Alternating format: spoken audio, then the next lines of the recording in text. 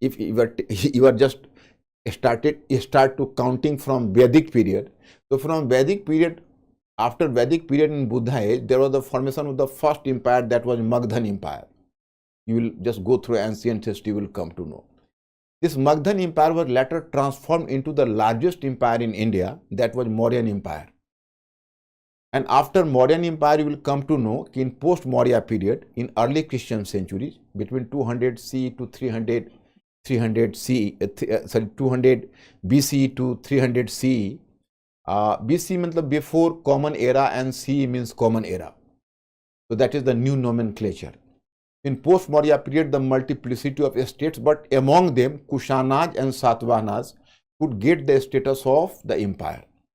Then moving from post-Maurya period, you are coming to Gupta period, and you will come to know the great Guptas once again try to revive the empire. So there was the formation of Gupta Empire. You are moving from Gupta Empire to Harshvardhana. You will just try to find out, at least Harshvardhana tried to revive the glory of the great Guptas, and he, to certain extent, he got success in creating an empire in North India. But unfortunately, whenever he was moving to South, he was beaten at the hand of and beaten by Pulkeshi II, a Chalukya ruler. But at least he created an empire in North India. Then you are moving from Harsha period.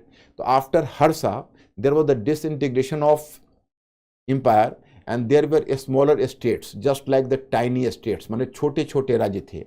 And it was the condition of, a fish justice. Fish justice कहते हैं मत्स्य न्याय को. There was a situation of anarchy. मतलब एक तरह से political upheavals था, उथल पुथल की स्थिति थी. Once again, Palaj and Pratiharaj created an empire, and Palaj Pratiharaj maintained the empire at least for 150 years. But after Palaj and Pratiharaj, there was the formation of the Rajput estates, and multi-state system once again became the feature of India between 1000 CE to 1200 CE. मतलब कि 1000 years से 1200 years के बीच बहुत सारे छोटे छोटे Rajput states आए. Then up to the end of 12th century, it was Muhammad Ghori who laid the foundation of Delhi Sultanate. So that was the formation of a Turkish government or the Turkish state in India. And after Muhammad Ghori and his successors Iltutmish, Balban, etc., there appeared an era of Khaljis, Jalaluddin Khalji, Alauddin Khalji. And Alauddin Khalji was the creator of an empire. He could expand his empire in North India and at least moved his army to South India. But it was Muhammad bin Tughlaq who brought this empire at its pinnacle, because under Muhammad bin Tughlaq, this empire even expanded up to Madurai region. So from north to south, you can say there was the expansion of empire under Muhammad bin Tughlaq. And after that, you can say once again the empire disintegrated, and there were a lot of regional states including Vijayanagar, Bahmani, Bengal state, Gujarat state, Kashmir state, Malwa state, Mewar state. So many states were there, and all were at their loggerhead with each other. ये सभी एक दूसरे से fight कर रहे थे, एक दूसरे से लड़ झगड़ रहे थे. So once again you will come to know कि Babur came to India, and Babur laid the foundation of a Mughal rule in 1526 after conquering the Battle of Panipat, and particularly after the winning the Battle of Khanwa in 1527, he could have consolidated his newly founded Mughal state. And then you can say gradually under Akbar, this newly founded Mughal state took the form of an empire, and it expanded from Kashmir up to Barar, Balaghat and Khandesh. Shah Jahan even conquered Ahmednagar, so there was the further expansion. And it was under Aurangzeb, this empire reached up to its pinnacle when it crossed even the river Krishna and conquered Bijapur and Golconda. But the beginning of the end started under Aurangzeb himself, because the process of disintegration started after the death of Aurangzeb in 1707. And then you can say the Mughal Empire, finally there was the demise of this mighty Mughal Empire, and there was the rise of the regional states. तो मतलब कि औरंगजेब के death के बाद तुम्हें अब इसके बाद देखो, हमें पीछे जाना नहीं, we have not to move backward. अब आप मुझसे एक क्वेश्चन यह करोगे कि सर आप हमें, जैसे आपका जो सिलेबस से स्टार्ट हो रहा है वो बैटल ऑफ, मतलब एक आपके सिलेबस में दिया हुआ है कि from the mid of 18th century. अब you can ask me the question, you are very curious and आप क्वेश्चन पूछोगे और क्वेश्चन पूछना भी चाहिए। आप हमसे क्वेश्चन यह करोगे कि सर आप हमें लेकर चल रहे हैं पीछे पीछे, मतलब कि मुगल एम्पायर के डिसइंटीग्रेशन से, तो हमें पढ़ना है मिड 18th सेंचुरी से। एक्चुअली प्रॉब्लम क्या आ रही है, इसलिए मुझे ये एरिया लेना पड़ रहा है कि जैसे आप बैटल ऑफ पलासी पढ़ोगे, बैटल ऑफ बक्सर पढ़ोगे, उसके बाद आप expansion of the British rule in India पढ़ोगे। तो British didn't expand into vacuum, British had to fight against existing Indian states. British had to conquer the existing Indian states, and then the British had to transform its company's rule into a big empire. So one by one, Indian state had to be swallowed up by the British, you can say, company's state. The question arises, if you are not having the knowledge of the fact if what was the location of the states after the disintegration of Mughal Empire, then how can you do justice to this topic? मतलब उस समय फिर आपको दिक्कतें आने लगेंगी। जिस समय मैं ये बताऊंगा कि चलो ब्रिटिश ने पलाशी और बक्सर को जीतने के बाद अब ग्रेजुअली ब्रिटिश अपना एक्सपेंशन कर रहा है, तो ये देखो इसको जीत रहा है, मराठे को जीत रहा है, हैदर अली टीपू सुल्तान को कंकर कर रहा है, बंगाल को कंकर किया, अवध को कंकर किया। तो आपके मन में सवाल खड़ा हो कि भाई ये सब राज्य, ये सब स्टेट्स आए कब जो इनको कंकर किया? तो आपको कनेक्टिविटी नहीं बन पाएगी। इसलिए मैं 18th सेंचुरी में पहले आपको कनेक्टिविटी 18th सेंचुरी के फर्स्ट हाफ में बना देता हूं, then you have to move to the second half. And even whenever you will start the second half of 18th century, my students, I will not simply start with the battle of Plassey and Buxar directly. Otherwise, you will not develop a sense of association with the topic. In order to make you, or in order to help you inculcate your interest into the topic, I have to give you some background knowledge as well. First of all, I will carry you to European continent. There I will make you clear ki what was the background European countries prefer to do the sea voyages or will do the geographical discovery. Why geographical discovery started? Why did they were searching, they were discovering a new route towards India, and it was in this course ki how did they accidentally discover the American continent, and in what way American discovery of American continent proved beneficial for them. How did this American continent prove beneficial for them, and in what way they could, with the support of American precious metal, they could have carry the trade with India, otherwise it was not possible. So after doing that, how did European companies came to India? Portuguese, Dutch, British, Dane, French. Then why did the competition or contest between the French company or British company started? Why did French company could give such a long, you can say, the French company could have given a long reply and a long conflict to the British company? What was the reason behind that? Then how did this Carnatic War take place? Then what happened after the Carnatic War? How did it decide the future of French company in India?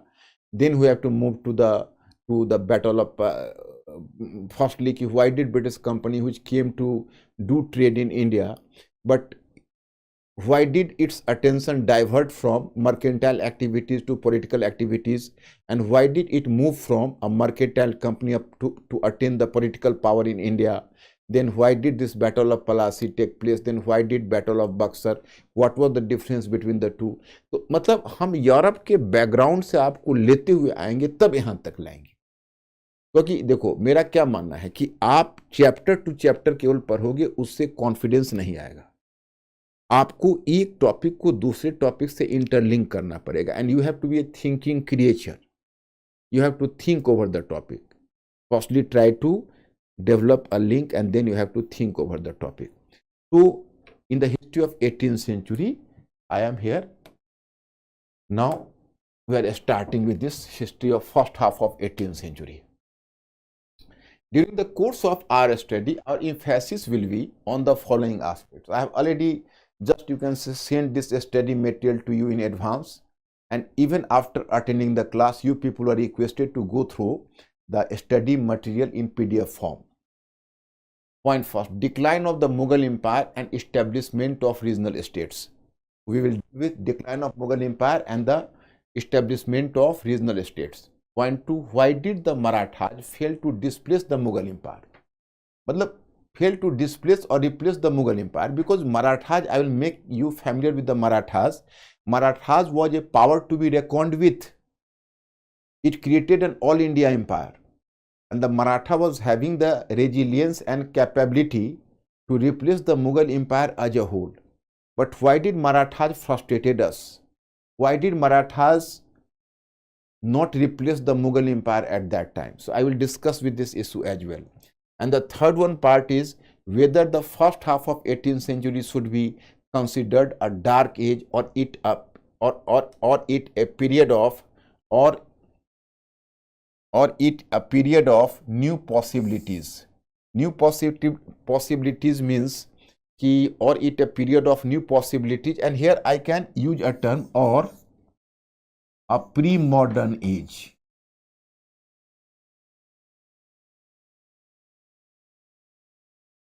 Pre-modern age. A period of new possibilities, if I will use the term, a period imbued with new possibilities. That is a better word. Imbued with means कि नई संभावनाओं से युक्त. मतलब आपसे पूछा जा रहा है कि आप क्या समझते हो कि first half of 18th century, जब मुगल एम्पायर का जब डेथ हुआ है और उसके ग्रेवयार्ड पर जब बहुत सारे स्टेट्स आ रहे हैं, तो इसको आप क्या मानते हो? डार्क एज यानी अंधकार का युग मानते हो, या मानते हो कि नहीं, कुछ नई संभावनाएं, new possibilities, new potentialities emerge कर रही थी इंडिया में? इन दोनों में से आपको इवेल्युएट करना पड़ेगा. So we have to give focus over the 3 important topics here. अब my students, are you going to be clear? Please give some clue. My students, are you going to be clear? Please give some clue or any further help.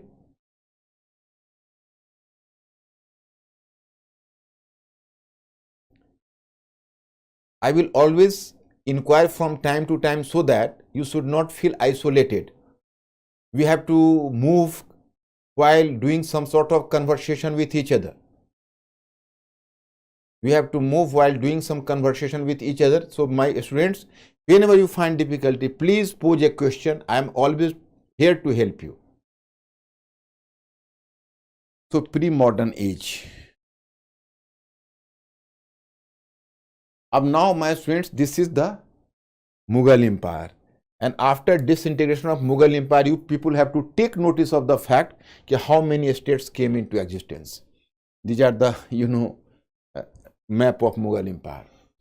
Now you will come to know, after disintegration of the Mughal Empire, many regional states were established. These states can be divided into following subgroups. Actually, when the Mughal Empire, the disintegration of Mughal Empire started after the death of Aurangzeb in 1707, because Aurangzeb just met a very tragic end. In fact, in 1681, he went to South India in Deccan while chasing his recalcitrant means Bhagora ya indisciplined, recalcitrant son Akbar II. So he was chasing Akbar II, and he just moved to not Akbar II, Akbar. Akbar was the name of his son also. He was chasing, and he was a recalcitrant son. So he was chasing recalcitrant son Akbar, and he moved to South India or Deccan. So later he decided that we have to annex Bijapur and Golconda. In the meantime, the Maratha power became too much formidable and it was almost out of control. और Maratha brigades कहते हैं उनके मतलब लड़ाकू मतलब groups को. So Maratha brigades were active, and in the meantime Aurangzeb committed another mistake. He assassinated the son of Shivaji, Shambhuji, who was the ruler at that time, and he mercilessly killed him. So after the departure of Shambhuji, the Maratha became more formidable, because now the Marathas brigades became uncontrolled. They were not having any single leader to lead them. So they became independent and they became active in their area of influence, and they started to work independently. And Mughal emperor was Mughal empire persistently failed to have the control over them.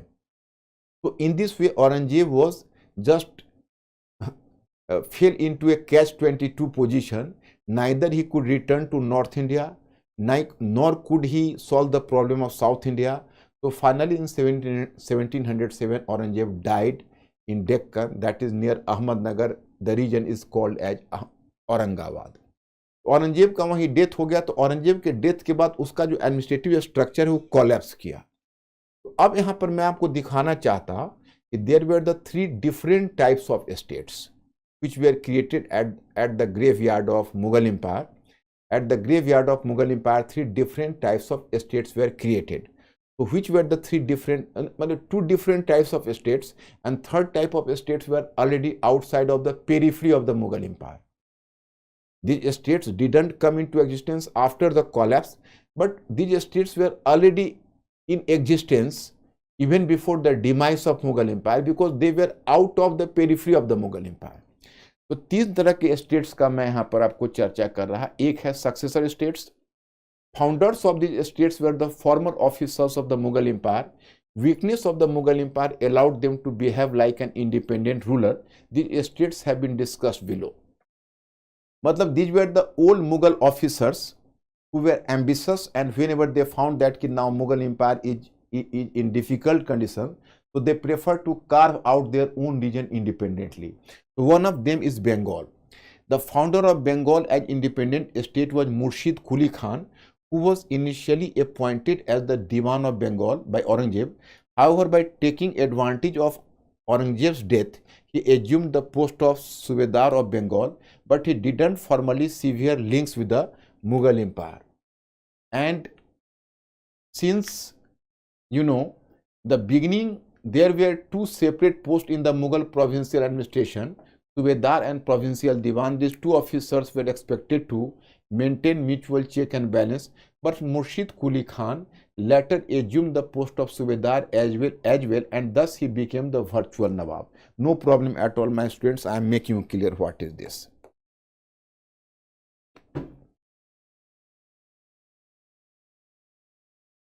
Mughal administration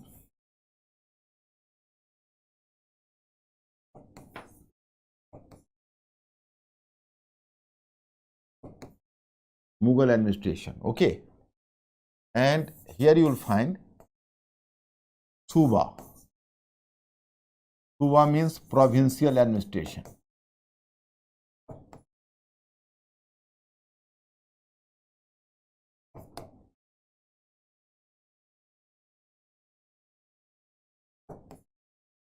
Suba means provincial administration. Actually, you are using the term Suba. Suba means province. And in Mughal administration, there was the use of the term Suba for Mughal province. Whenever you are observing the Mughal province, my student, you will come to know that at the Suba level, there was normally the 2 officers of equivalent status. मतलब 2 officers बराबर की शक्ति वाले को appoint करते थे Mughal empire. एक कहलाता था, that is called सूबेदार और Nazim. Both are the name, Subedar or Najim. And the second one name you will come to know, that is called Diwan. So actually, Mughal emperor used to adopt a specific, a specific formula for having the control over the Suba administration. The formula was the formula of check and balance. If the 2 officers of equivalent status would be appointed in a province, so both the officers would maintain check and balance of each other, and in this way, the Mughal central government could have better control over the provincial government.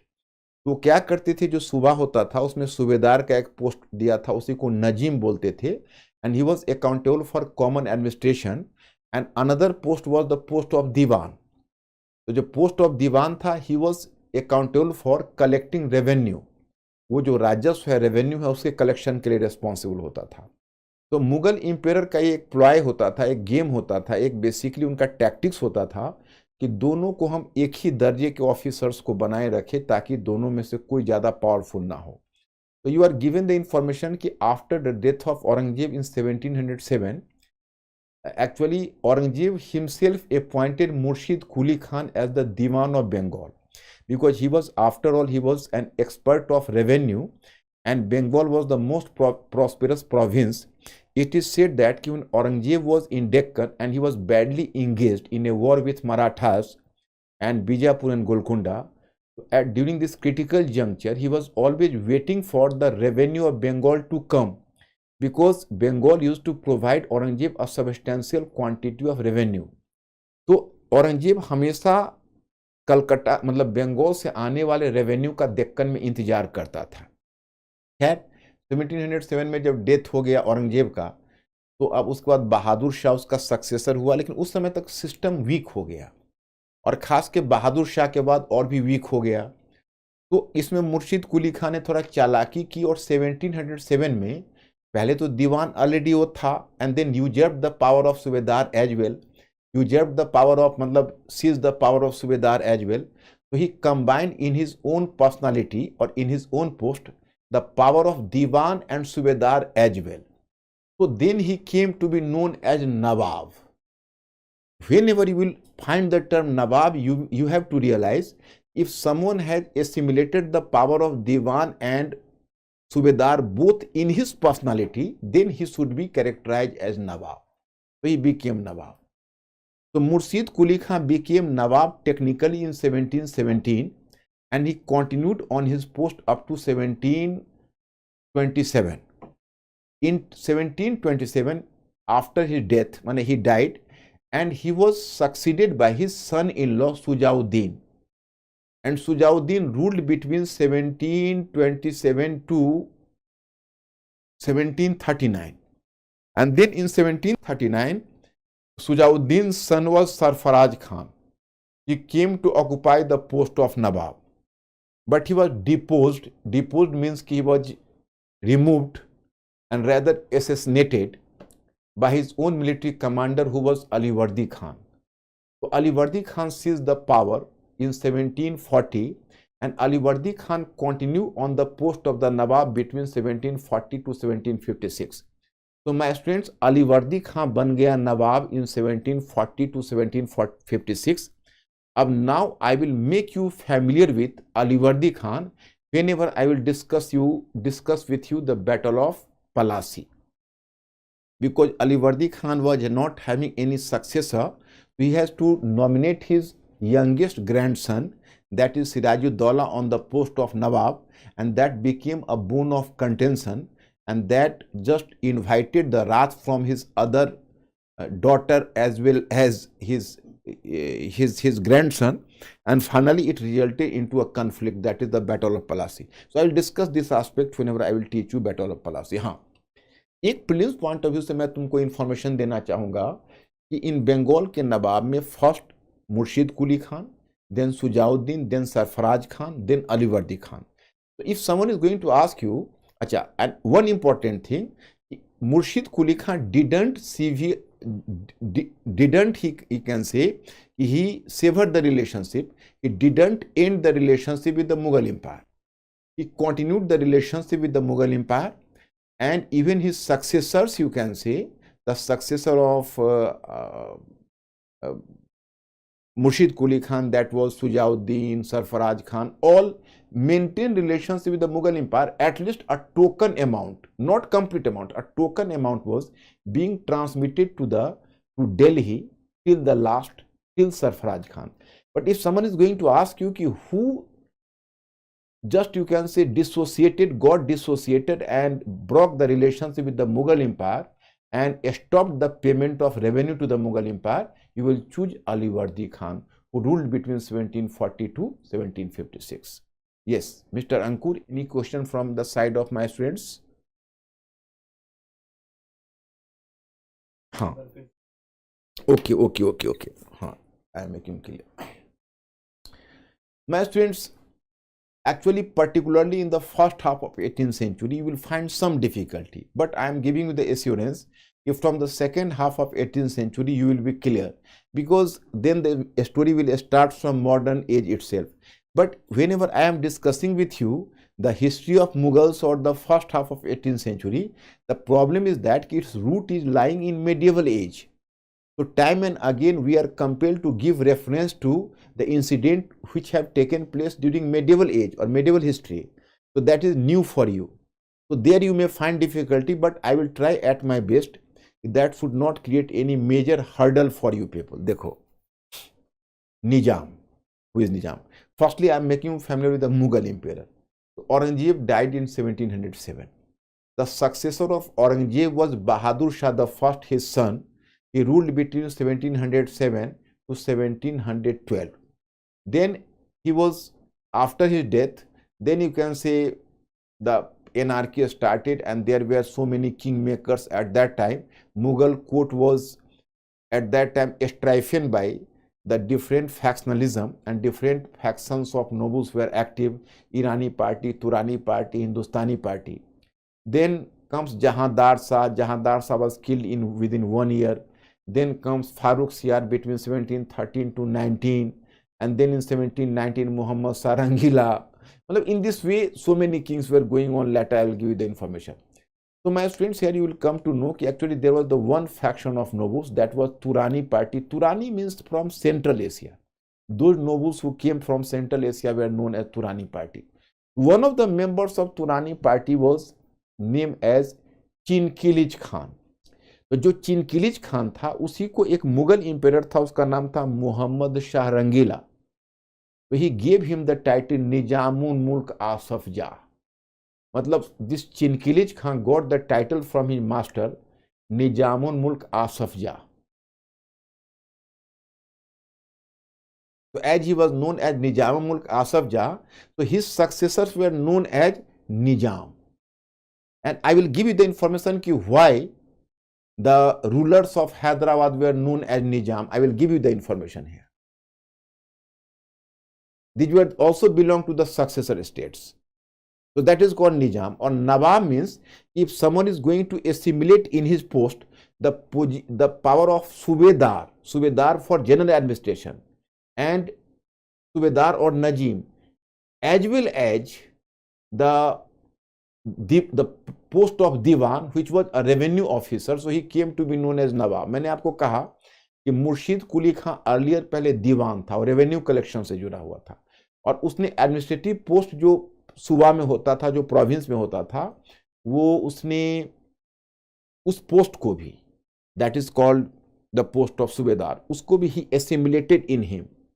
So when he assimilated both the posts simultaneously, so he came to be known as Nawab. So that's why this is the origination of the term Nawab. Any further question, Ankur? Has the question been answered, my students? Any problem further? I am here to help you.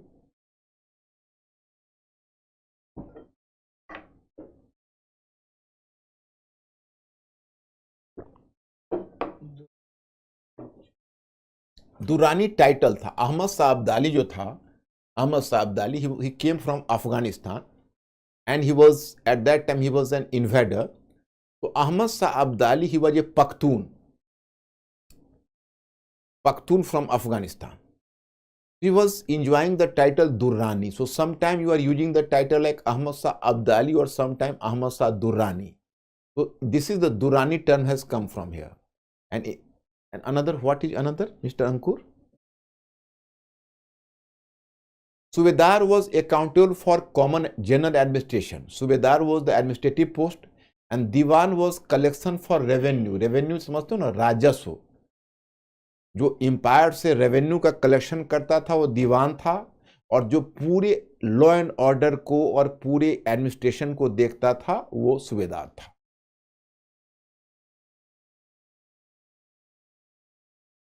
Because it was not beneficial for him, Vaishnavi, it was not beneficial for Alivardi Khan to maintain, so he preferred to to sever his relationship with the Mughal Empire, because after all the Nawab of Bengal had to give some token amount to Mughal Empire.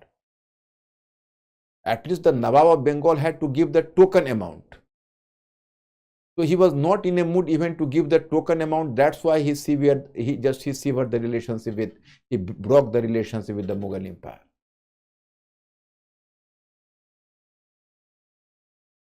You will just make the notes on the same pattern. Give me 3 days first, and once I am making the structure, then after 3 days I will give the suggestion ki how to deal with the notes.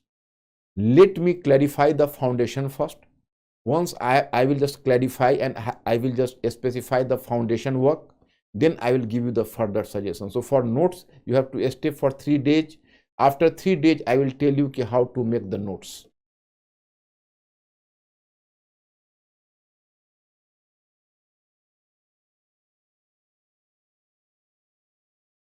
What is? Nizam is the title. It was given by the Mughal Emperor Shah Alam II. It was a title which was given the Mughal Emperor, Mughal Emperor Muhammad Shah Rangila to a Mughal officer. Nizamul Mulk was the title.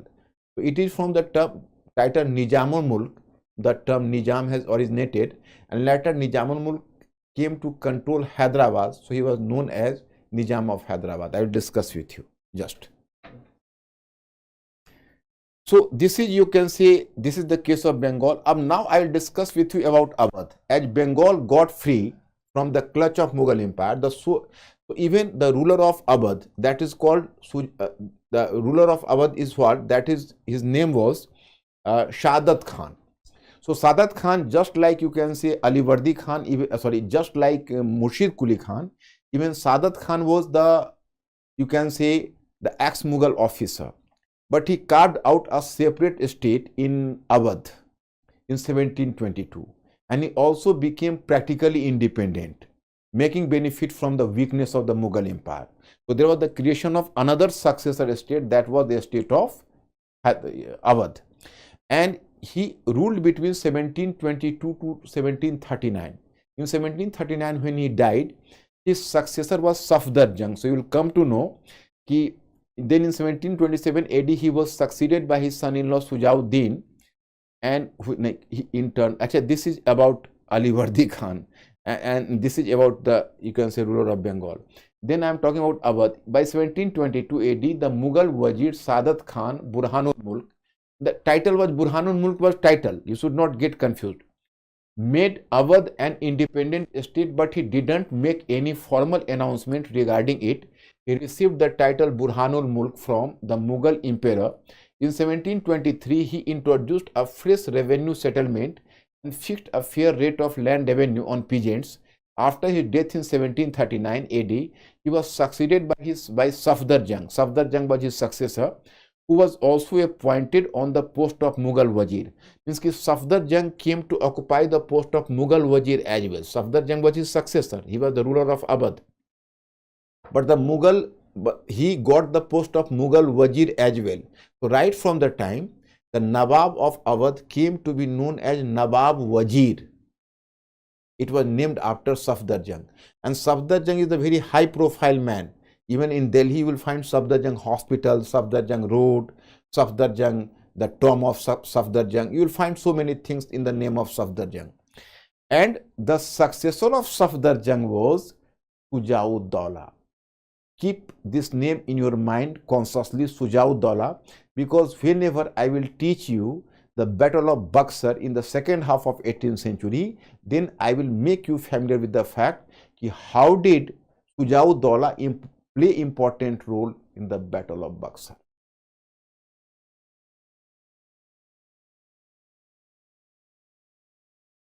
Then comes the turn of Hyderabad.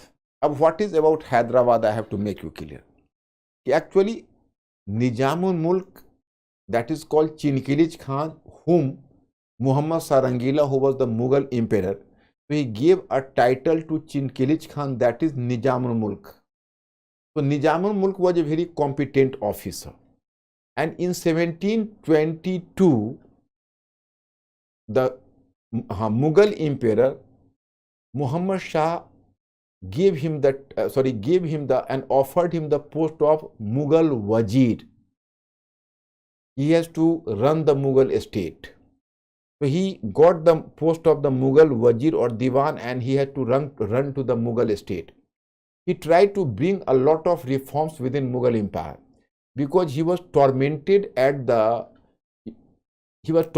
by the basically the poor condition of the Mughal Empire at that time, and he was from the bottom of heart he was having his objective to do something positive for the promotion of the Mughal Empire. So he started a lot of promotional work so that the Mughal Empire could have emerged to be a powerful empire at that time. But as Muhammad Shah didn't cooperate with him, rather when he started or he introduced a number of reform program, so basically Muhammad Shah Rangila foiled his program, disturbed his program. So he was irritated, and having been irritated in 1724, he vacated this post and moved to Hyderabad, and it was in Hyderabad he carved out a separate estate in Hyderabad. So my students, now I will give you the instruction in your copy. You will draw the map of India. You will draw the map of India in your copy while observing, because I have already sent you the map, and then try to fill up on the map the different estates. This is the estate of Bengal, which has been carved out by whom? Murshid Quli Khan. This is the estate of Awadh. That was, you can say, this estate was created by Sadat Khan, and then Safdar Jung, and then Sujaud-Dawla, you come to know. And when the efforts and initiative of Nizam-ul-Mulk for carrying reforms in Mughal Empire were foiled by Mughal Emperor Muhammad Shah Rangila, so he rushed towards Hyderabad and he created a separate estate of Hyderabad in 1724. तो इसके बारे में कहा जाता है कि 1724 में एक सेपरेट स्टेट ऑफ हैदराबाद को क्रिएट कर दिया. So these were the successor states. But here I have to inform one thing. Whenever you will observe on the map minutely, you will find here a state that is called Carnatic. You will find here the term like a state like Carnatic. This was not the today's Karnataka. Today's Karnataka is lying on the, you can say, eastern coast of peninsular India. The today's Karnataka. But this, sorry, western coast, not eastern coast, that was lying in the western coast of, you can say, peninsular India, the today's Karnataka. But this is on eastern coast of, this is on Malabar coast. Sorry, this is on Coromandel coast. Matlab today's Karnataka is lying in the western coast of peninsular India, but at that time the Carnatic state was lying in the eastern coast of peninsular India, that is on this Coromandel coast. So in fact, as Hyderabad got independence and got separated from the Mughal Empire at that time, so did Carnatic from Hyderabad state in 1748. So Carnatic later, you can say, got independence from Hyderabad. So Carnatic was also the part of the same Mughal Empire. But as Hyderabad got separated from Mughal Empire, so in course of time, even Carnatic separated from Hyderabad. In this way, you can say, among the successor states, you can count the name Bengal, Awadh, Hyderabad and Carnatic. So 4 states, my students, you may have recalled. I think you will never forget the 4 states, that is Bengal, Awadh, Hyderabad and Carnatic. These were the 4 states I have mentioned about. So these are the successor states. Now I have to make you familiar with those states which are the rebel states. So let me make you familiar with the rebel states. In the first category, there were successor states. What was the difference between the two?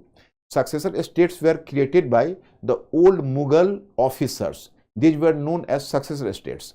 But the rebel states were created by those who just, took the flag of revolt against the Mughal Empire, and taking the flag of the revolt, they could have created the new states, and these states came into existence within the territory of the Mughal by revolting against the Mughal Empire.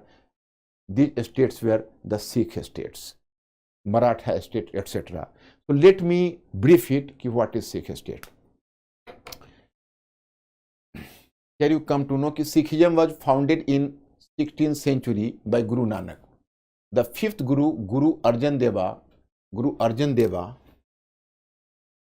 established Golden Temple in Amritsar and organized the Sikh religion and even introduced some kind of religious tax. In fact, since the very beginning, this region promoted the feeling of togetherness due to its own elements. Sangat, true congregation, and Langar, community kitchen. Further, this state fell into conflict with the Mughal Empire, and then the 5th and the 9th Sikh Gurus were martyred against Jahangir and Aurangzeb respectively. However, the 6th Guru Har Gobind Singh attempted to militarize the Sikh religion, but it could only be realized by Guru Gobind Singh, the 10th Guru, who laid the foundation of a strong military organization in the form of Khalsa. After him, Banda Bahadur tried to challenge the Mughal, but neither Guru Gobind Singh nor his disciple Banda Bahadur proved successful in establishing a Sikh state. Then, in order to fill the void created by the Third Battle of Panipat, an independent Sikh state was established in Amritsar in 1764. It extended from the river Satluj to Peshawar in the northwest and Kashmir in the north. Later, under Ranjit Singh, the Sikh state emerged as a powerful state in India.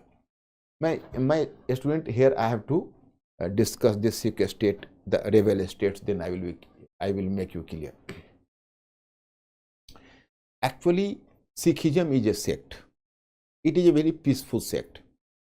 Its founder was Guru Nanak. And Guru Nanak, that was not a formal sect earlier. Sikh, this term has originated from Shish. Shish means disciple or pupil. You might have heard about disciple or pupil. So that is the terms from where the Shish or Sikh term has originated. So Guru Nanak, he just normally starting from 1469 to 1539, he remained there. In 1539, his successor was Guru Angad. He was the second one Guru, and he organized, or you can say he compiled the precepts means sermons of Guru Nanak into Guru Ki Bani, that is called Guru Ki Bani in Gurumukhi language or Gurumukhi script. Then his successor was Guru Amar Das, and the 4th Guru was the Guru Ram Das. It was Akbar donated some land at Amritsar to Guru Ram Das. So Guru Ram Das received the land from Akbar. So today you find the term like Amritsar. So Amritsar was founded by Akbar. Amritsar मतलब नाम जो अमृतसर है उससे आपको ऐसा लगता है कि वह नेक्टार, अमृत क्या है? नेक्टार. मतलब normally you will find in every Gurudwara used to accommodate a sarovar or a pond. That is the part and parcel of Gurudwara culture. But what pond and which specific pond was built in Amritsar, it was not a normal pond. It was rather carrying the nectar like water. मतलब अमृत जैसा water था, इसलिए उसको अमृतसर कहा गया. So he laid the foundation of the town Amritsar. His successor was Guru Arjan Deva. Guru Arjan Deva was the 5th Guru, and it was Arjan Deva who compiled Guru Granth Sahib, that is supposed to be the most sacred text of, you can say, Sikhism, and he built the so-called Golden Temple, and then you can say he imposed some spiritual tax or religious tax on his followers. Sikhism was having 2 important features which you may find here. One is the Sangat Lagana. What is Sangat Lagana? So that is called religious congregation. Whenever you will go to the Gurudwara, you will find that the people are sitting together. The devotees are sitting together and they are just singing the Shabad. So that is Sangat Lagana. It was giving a sense of community. Likewise, you will find Langar Chakna. Langar Chakna means community kitchen. They were running the community kitchen. मतलब तुम देखोगे कि सिख में लंगर का culture है और संगत का कल्चर है. It naturally give them a sense of community. You will come to know it give them the sense of community. तो वो चीज उनमें एक डेवलप कर गई. और उसने जो रिलीजियस टैक्स लगाया गुरु अर्जन देवा ने, और उसके बाद गुरु Arjan Deva was living in A pomp of a king. he developed a masand or a seat at Amritsar, and he was living just like a pomp of a king. So basically he tried to give an institutional basis to Sikhism. Everything was okay. Even Akbar once came to see Guru Arjan Deva. There was a very cordial relationship between the Mughal Empire and Sikhism. But there was a rebel son of Jahangir. Rebel son, his name was Khusro. While making rebel against Jahangir, he along with a group of his guards, he rushed towards Lahore. He was rushing towards Lahore, so he was on the way to Lahore. So he stayed at Amritsar and he moved to take some, oblation and take some, you can say, good grace or receive some good grace from Guru. So as he was just moved to Guru and Guru gave him the grace and the, good wishes and put a tika on his forehead. So Jahangir took it as a sign of revolt. Jahangir took it as a sign of support to his rebel son. मतलब अब गुरु ने उसको टीका लगा दिया, भाई उसके दरवाजे पर पहुंच गए, तो जहांगीर ने कहा कि गुरु ने हमारे रेबेल सन को सपोर्ट किया है, तो ये भी रेबेल है. अब इसको लेके गुरु को पहले उसने एक हेवी पेनाल्टी लगाया. Guru refused to do that because I have not committed any mistake according to Guru. So then he tortured Guru to death. This was the, you can say, this was definitely, you can say, this is the despised work he did, and for that he is being criticized in history. So Sikh Panth, which was so far as the peaceful sect, so that was converted into a military organization, and militarization of the Sikh sect was done first by Guru Hargobind, and after Hargobind he stayed at Kumayu mainly, or Kangra region, and then in Guru Hargobind, then his successor was Guru Har Rai and then Har Kishan, and then finally, then in 9th Guru, that is Guru Tegh Bahadur. So Guru Tegh Bahadur was assassinated by Aurangzeb, and he was not having any major fault. Guru was innocent. Actually, there was a governor of Kashmir who forcefully converted some Hindu into Islam. So Guru criticized this step, and severely for this act, Guru was punished by Aurangzeb, and at Chandni Chowk in Sisganj Gurudwara, that is still the symbol of his martyrdom, and he was there, he was beheaded. So then 10th Guru, Guru Gobind Singh, he led the foundation of Khalsa sect, and he made Sikh, you can say, organization as a powerful state. Earlier, at the time of Guru Nanak and earlier Gurus, it was mainly Khatris who participated into Sikhism or Sikh sect, but later it was Jats who joined Sikhism in larger number. So it was the Jat who gave an element of militancy to Sikhism. An element of militancy just came with the support of the Jat warriors, and then Guru Gobind Singh organized the Jat warriors and so on. But later Wazir Khan, who was a Mughal governor of Punjab, he invaded, you can say, Guru's Anandpur Sahib, that was the headquarters of Guru, and mercilessly murdered 4 of his sons. So his sons took martyrdom, and it was definitely, you can say, the very despised act he did. And then Guru wrote a letter. मतलब गुरु को 4 बेटों को मार डाला, फिर गुरु ने यहाँ से लेटर लिखा औरंगजेब को. Aurangzeb was at that time in Deccan. So this letter was known as Jafarnama. इसको जफरनामा कहा जाता है. And then Aurangzeb just called Guru, and even he shown his willingness to see Guru at Deccan. So Guru moved for Deccan, but he was on the way. In the meantime, Aurangzeb died. But he came to see Bahadur Shah the first, the successor of Aurangzeb, and Bahadur Shah the first sympathized his cause. But in the meantime, 1788, Guru was himself assassinated by an Afghan.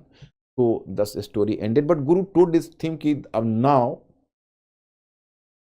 I am the last Guru. There is no further Guru in future. So in this way you can say your next Guru is Guru Granth Sahib. This was the, you can say, precept given by Guru Gobind Singh. And then Banda Bahadur, he tried to revive the power of the Sikh, but even he was assassinated by and he was killed by the Mughal army under Hussain Ali uh, in the at the fort of Lohgar. So finally you can say it was Ranjit Singh, and finally you can say then the Sikh power was dispersed almost in Punjab. In the meantime, Marathas became active in northwest, and from West Asia there started an invasion of Ahmad Shah Abdali from Afghanistan. So whole of the region Punjab was just, you can say, trampled by the foot soldiers, you can say the horsemen of Marathas and Afghans. So Sikhs there remained quiet for some time. But after the Battle of Panipat, because Battle of Panipat I will discuss with you in third Battle of Panipat, I will discuss with you later. So Afghans, actually the third Battle of Panipat occurred, and then in this, after this battle having been defeated, Marathas returned to South India, or Ahmad Shah Abdali returned to Afghanistan, because it was not feasible for Ahmad Shah Abdali to have the control over the region which is geographically so distant. So there was some political vacuum was created, a void was created, which was filled by Sikh. In 1764, some Sikh leaders gathered at Amritsar and they gave slogan Wahe Guru ki Khalsa, Wahe Guru ki Fateh, and there was the foundation of an independent Sikh state. So in this way, my student, you will find here the foundation of the Sikh state. So this is the foundation of Sikh state. Then I have to discuss about the Marathas. My students, I have to make you familiar with the Marathas. Marathas were organized under Shivaji into a separate Maratha state despite the opposition of Bijapur kingdom and the mighty Mughals. The Maratha state turned into a large empire under the Peshwas. There was a time when the Maratha state emerged as a strong regional challenge to the Mughals but could not sustain the momentum. By the time of Peshwa Balaji Bajirao, up now let me discuss one thing. Yes.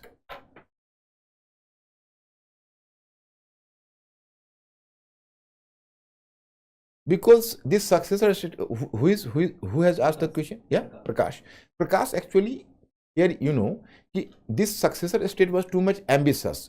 Actually, they were nourishing the ambition to be independent.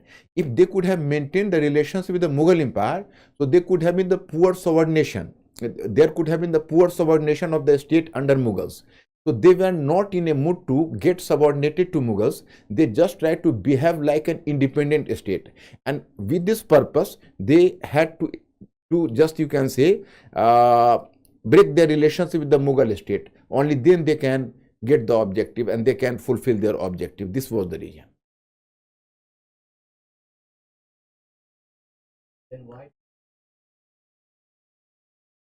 No, actually they were not loyal in the sense that they were going to bow down before the Mughal emperor. In fact, they were not loyal. They basically tried to maintain a fag of association with the Mughal Empire. Yes, still we are associated. And whenever Mughal Empire was in jeopardy, means ki if the Mughal Empire was in the moment of crisis, for example, you can say Nadir Shah invaded on India. When Nadir Shah invaded on India, so Mughal Empire was at jeopardy. It was in crisis moment. So at that time, the Nizam-ul-Mulk, Shadat Khan, all the important Mughal nobles just accompanied Mughals against Nadir Shah, and they tried to extend their helping hand against Nadir Shah, because it was the crisis even for them. Because if Nadir Shah could have been successful in India, so they could not have simply destroyed the Mughal emperor, but even you can say these states which were these independent states, and even Nadir Shah could have plundered their region. So for that fear they gave support to the Mughal emperor, but it does not mean that they remain to be loyal to the Mughal emperor. It was not the case. मतलब ऐसा नहीं था कि Mughal empire के प्रति loyal थे, बल्कि उनको यह डर था कि अगर मुगल एम्पायर को तो नादिर शाह प्लंडर करेगा और फिर हम लोगों को भी कर देगा, तो लोग अपने रीजन के लिए भी वरीड हुआ करते थे. That's why the reason. तो मैंने हिंदी में इसलिए बोल दिया कि मेरे बहुत सारे जो इंग्लिश वाले हैं, तो they should also be aware of the fact that कि उनके जो नवाब हैं या नोबल्स हैं वो मुगल एम्पायर के प्रति थॉरोली लॉयल नहीं है। वो सिर्फ अपने अपॉर्चुनिटी के लिए थोड़े समय के लिए उनके साथ रिलेशन बनाए रखने का मतलब एक बहाना करते हैं। This was the reason.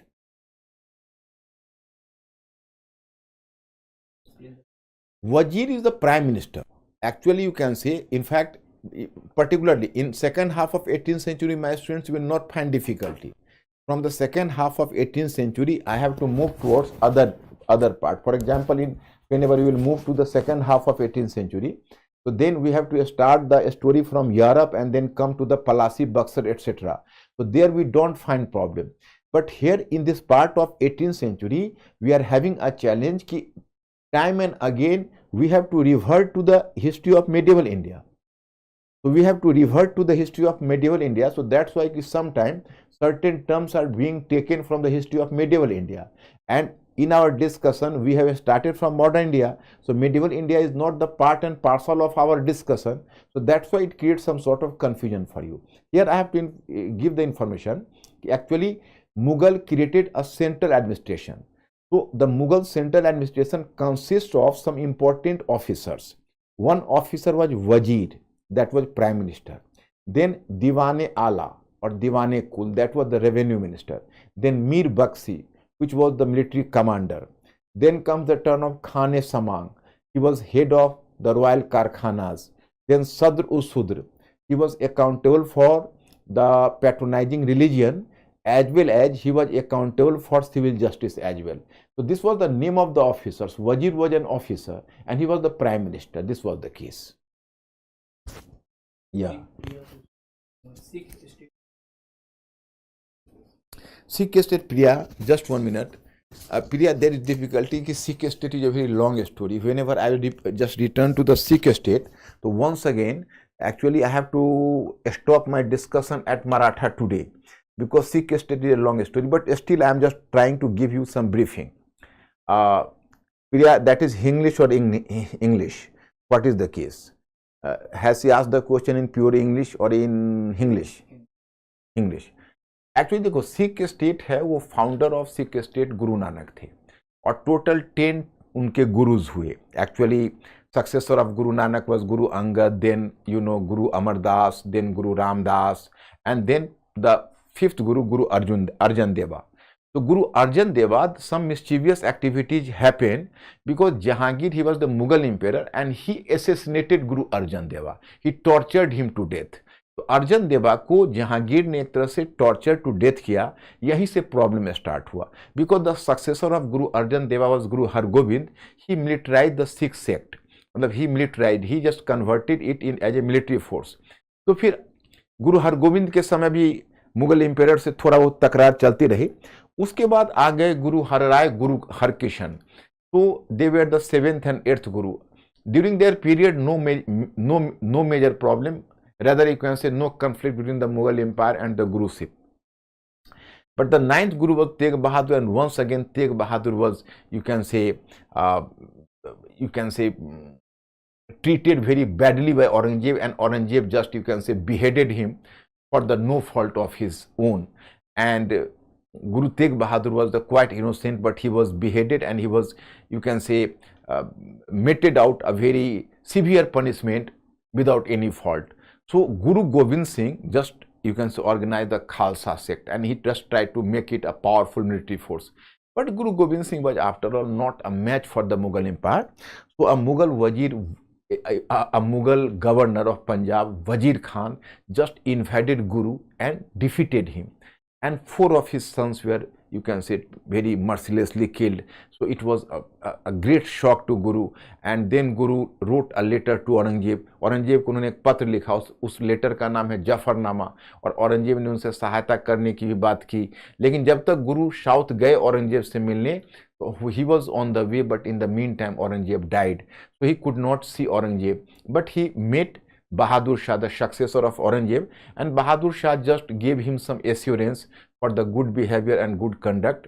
But In the meantime 1708 Guru himself was assassinated by a fanatic Afghan. एक कोई बहुत ही फंडामेंटलिस्ट अफगान था जिसने गुरु को किल कर दिया। ये 1708 की बात है। उसके बाद उनका सक्सेसर हुए गुरु बंदा बहादुर, बिकॉज गुरु ने तो खुद ही कह डाला था कि अब मैं ही 10th गुरु हूँ, मेरे बाद कोई दूसरा गुरु नहीं होगा। तो Banda Bahadur was just you can say he took the command and fought against the Mughals, but even in 1715 at the fort of Lohgar he was himself killed. So after Banda Bahadur the Sikh power was dispersed for some time in northwest in Punjab. लेकिन इसी बीच क्या हुआ मैं आपको बताऊंगा कि दो समस्या आई, एक अफगान की आई और एक मराठों की आई। अफगान आए थे अफगानिस्तान से और अफगान जो किंग है उसका नाम है अहमद शाह अब्दाली, और जो मराठास थे जिनके बारे में मैं अभी चर्चा करूंगा वो साउथ इंडिया से गए थे। तो both of them were active in the north west region and due to much activism of Marathas and Afghans the Sikh power remained subdued. जो सिख शक्ति है वो दबी हुई रही। But whenever you find कि third battle of Panipat occurred, तो after the third battle of Panipat Marathas received a major setback. So Marathas returned to South India, and even Ahmad Shah Abdali was quite unable to have the control over the region of Northwest from such a distant region. So that's why even Ahmad Shah Abdali returned to Afghanistan.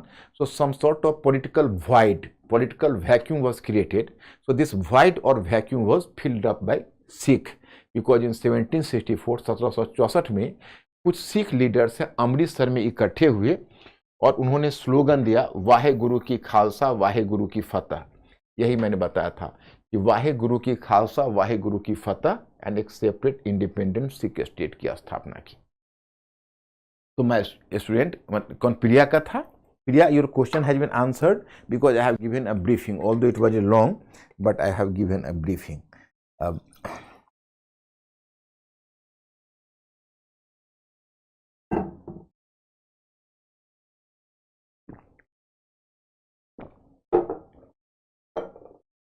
Now I am giving the briefing to Marathas.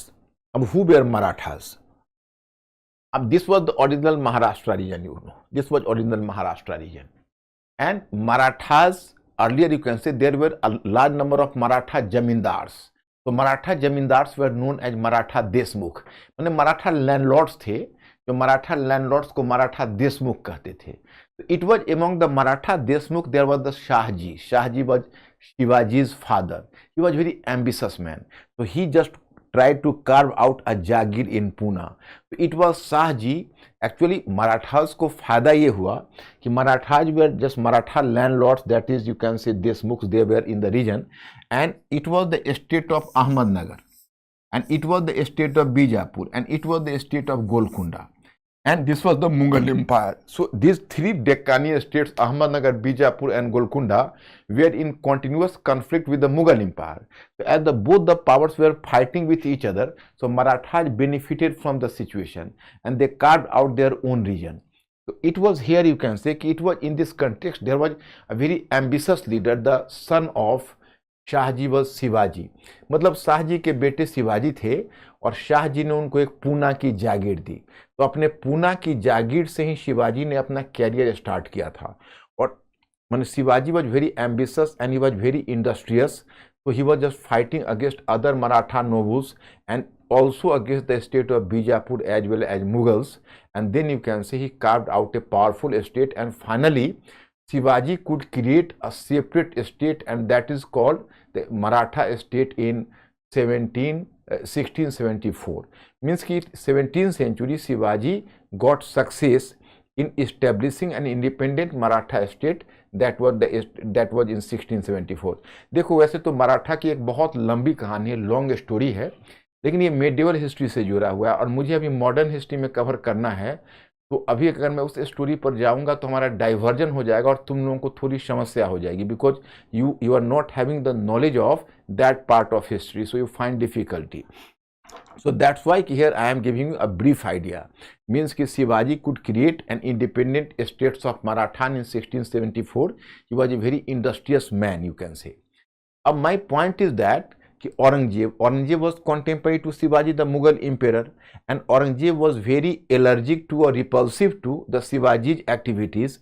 Aurangzeb was always inclined to punish Shivaji, but he was badly engaged in the politics of North India, so he could not move to South India till Shivaji alive. So he used to send the Mughal nobles and soldiers from time to time to suppress the power of Shivaji, but he himself could not, you can say, appear in the battle against Shivaji anytime, because in the meantime Shivaji passed away in 1680.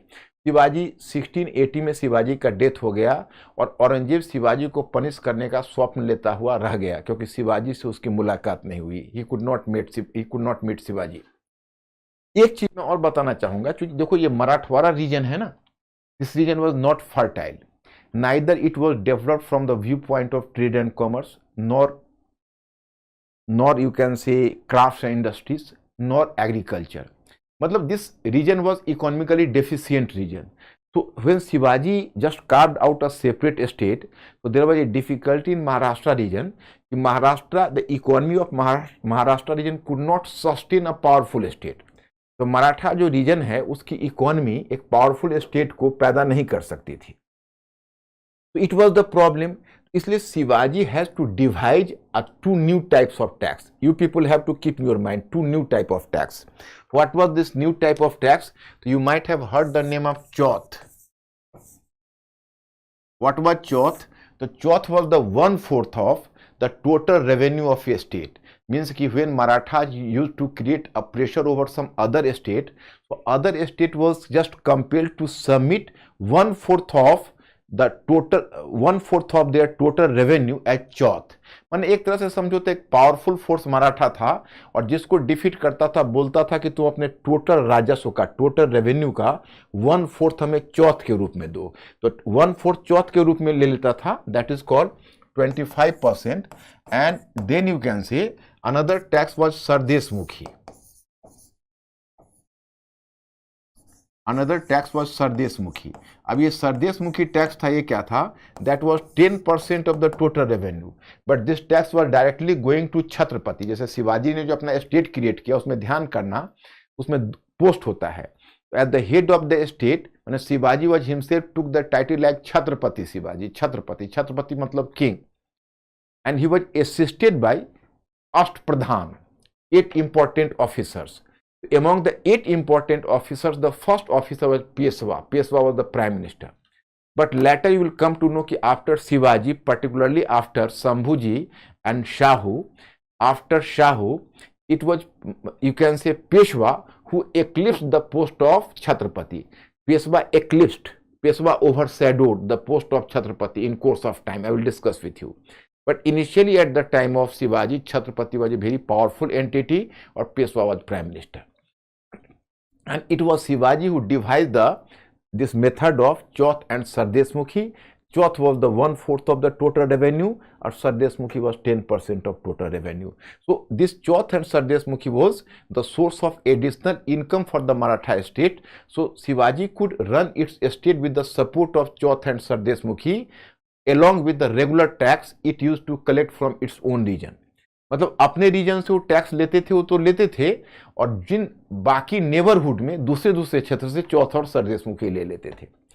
परंतु ये जो चौथ और सरदेशमुखी है, that will become problematic in course of time because Marathas could create the permanent enemy in the neighborhood because those states who were compelled to give the yield the Chauth and Sardeshmukhi, so obviously you can say such states could have emerged to be the natural enemy of the Maratha state. So Maratha state could create a large number of enemies due to this system of Chauth and Sardeshmukhi. Here I will discuss this aspect later. Here anyway my point is कि Shivaji died in 1680. Then his successor was Shambhuji. अब Shambhuji was his successor. Shambhuji was not so competent as Shivaji was, and he ruled between 1680 to 1689. In the meantime, Aurangzeb, he appeared from North India, and appearing from North India, Aurangzeb conquered the region of Ahmednagar, Bijapur and Golconda. And then in 1689, Aurangzeb just, sent his one of the important and one of the very favorite general, military general, that was Zulfikar Khan, to catch up Shambhuji, and Shambhuji, the son of Shivaji, was caught up. Aurangzeb, you can say, tortured him to death. So Shambhuji was killed. Ab Shambhuji was killed, so basic problem was that then Maratha movement became uncontrolled, because earlier the Shambhuji was at least the ruler. So if someone had to talk to Shambhuji, other Maratha nobles could at least accept the order or verdict from Shambhuji. But as Shambhuji was no more, so there was no other entity to give guideline to Maratha nobles. So Maratha nobles practically became independent. मतलब पहले शंभुजी थे तो कम से कम बाकी Maratha nobles को आदेश देते थे. अब शंभुजी नहीं है तो मराठा नोबल्स को कौन ऑर्डर दे? तो क्या होगा कि जितने मराठा नोबल्स हैं सब इंडिपेंडेंट हो गए, और ऐसा प्रॉब्लम क्रिएट किया कि औरंगजेब इसको कंट्रोल नहीं कर पाया. और औरंगजेब अंत में having been disappointed, Aurangzeb started to drift towards north, and on his return journey he died near Ahmednagar at Aurangabad. So there was the death of Aurangzeb. And in the meantime you can say that then once again the Maratha state was recreated by Sahu, and Sahu became Chhatrapati, and Sahu appointed Balaji Vishwanath as his Peshwa. So it was Balaji Vishwanath who was the very competent man. And after Aurangzeb, Mughal empire was weakened. So particularly after, you can say, in 1719, Farooq Seer was the king, and Mughal emperor was weak at that time. So making benefit from the situation, here Balaji Vishwanath could earn the power of collecting Chauth and Sardeshmukhi from the 6 Deccani states. मतलब कि अब Maratha power Shahu के बाद पेशवा बालाजी आ गया, बालाजी के बाद बालाजी विश्वनाथ, और बालाजी विश्वनाथ के बाद उसका सन और सक्सेसर आएगा बाजीराव फर्स्ट, वो भी एक पावरफुल पेशवा होगा. वो साउथ इंडिया से नॉर्थ इंडिया की तरफ मराठा अपना एक्सपेंशन करेंगे और मुगल एम्पायर से भी टकराएगा. दक्कन के जो जितने भी प्रोविंसेस है वहाँ से मराठा अपने चौथ और सरदेशमुखी वसूल कर रहे हैं. तो मराठा पावर एक ऑल इंडिया पावर हो जाएगा. फिर बालाजी बाजीराव के समय तक Marathas moving from north India, they will move to north west as well. और उसी समय अफगान्स, अहमद शाह अब्दाली अफगानिस्तान से, वह भी नॉर्थ इंडिया पर इन्वेड करेगा. And as there was the decline of Delhi, so some sort of vacuum was created in Delhi because the Mughal emperor was very weak. As Mughal emperor was weak, so a void or vacuum was created in North India. So Afghans were trying to fill up the vacuum from Afghanistan, and Marathas just tried to fill up the vacuum from South India. So now question arises कि who had to play the role of the kingmaker, either Marathas or Afghans. Obviously you can say कि as both were just trying to create their hegemony means varchasva on North India. So you can say collision between the two powers was imminent, and that happened finally in the third battle of Panipat in 1761. So in third battle of Panipat, Marathas fought against Afghans, but finally you can say कि Marathas were defeated at the hand of Afghans in 1761, and they had to return to South India again. तो this was the case here, you can से. तो वही एक topic बच्चों हम आप लोगों से डिस्कस करेंगे कि मराठा एम्पायर जो शिवाजी ने एक स्टेट क्रिएट किया था और पेशवा ने उसको ऑल इंडिया एम्पायर बनाया. मैंने डिटेल्स में नहीं किया है, मैं आपको क्लियरली बताता हूँ क्योंकि वो पूरा मेडिवल हिस्ट्री में चला जाता है और हमें तो मॉडर्न हिस्ट्री में करना है. फिलहाल मैंने यह बताया कि बेसिकली क्या हुआ कि बालाजी विश्वनाथ ने जो दक्कन के 6 स्टेट्स में जो चौथ और सरदेशमुखी को कलेक्ट करने का अधिकार ले लिया, तो मैंने कलेक्ट करने का अधिकार ले लिया. तो चूंकि अब चौथ एंड सरदेशमुखी तो जो कलेक्ट किया जाता था, so for that the Maratha power had to create a pressure over the Indian states. So only through the central command और central army it was not possible to collect the chauth and sardeshmukhi from the 6 Deccani states. Okay, so Balaji Vishwanath divided the right of collection of Chauth and Sardeshmukhi among different Maratha families. So consequently you can say that there was the formation of a Maratha confederacy in course of time. It was just like a feudal structure. Peshwa was in the center, apart from Peshwa, Holkar from Indore, Gayakwar from Baroda, Sindhia from Gwalior, Bhosle from Nagpur. So there were 5 houses. Peshwa was in the center, and then the other Maratha nobles like, for example, Holkar, Sindhia, Gayakwar and Bhosle. But these other entities and the other Maratha nobles were not ready to accept the lordship of the central command. So you can say subversive forces or you can say centrifugal forces became active. Centrifugal मतलब क्या हुआ कि central जो command है वो कमजोर हो गया, वीक हो गया, क्योंकि पेशवा के आदेश को बाकी मराठा नोबल्स मानने के लिए तैयार नहीं होते थे, तो उससे उनका स्ट्रक्चर कमजोर हो गया। इसको कहा जाता है मराठा कॉन्फेडरेसी, और मराठा कॉन्फेडरेसी का कैरेक्टर फ्यूडल हो गया। अब आपके मन में क्यूरियोसिटी होगी कि ये फ्यूडल क्या होता है। फ्यूडल में क्या होता है कि जो सेंट्रल कमांड होता है वीक हो जाता है, और जो सेंट्रीफ्यूजल फोर्स होता है, सेंट्रीफ्यूजल का मतलब है जो इधर उधर भागने वाला फोर्स, वो पावरफुल हो जाता है। तो वही मराठों के साथ हो गया, और this was the major reason behind the defeat of Marathas in the third battle of Panipat at the hand of Afghans. तो मैं यहां पर अब मराठे के बारे में आपका परिचय करना चाहता कि मराठाज में बहुत सारे हाउसेस हो गए हैं। देखो, पूना का पेशवा, इंदौर का होलकर, नागपुर का भोसले, ग्वालियर का सिंधिया और बड़ौदा का गायकवाड़। तो 5 together they are known as Maratha Confederacy. So these were the rebel states about the Marathas. So here my students, I have made you familiar with the Maratha states. This was, you can say, Maratha states. Here I am just going to deal with you. Rebel states में here you can say, then Maratha states I am dealing with Balaji Bajirao, or then comes the next one, this the Jat state. Jat state and Afghan state. Yes.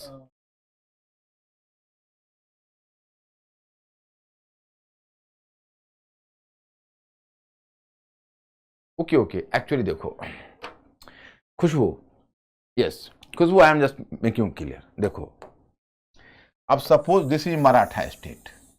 This is Maratha state. So this is called Maratha state originally, where the Marathas were having the direct control. Marathas were having the direct control over some region.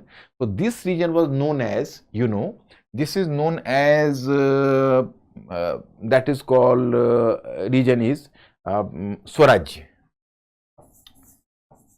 Swaraj was the Maratha region which was under the direct occupation of Marathas, and the region where Marathas were having its hegemony and collecting the Chauth and Sardeshmukhi, so that is called Mughal.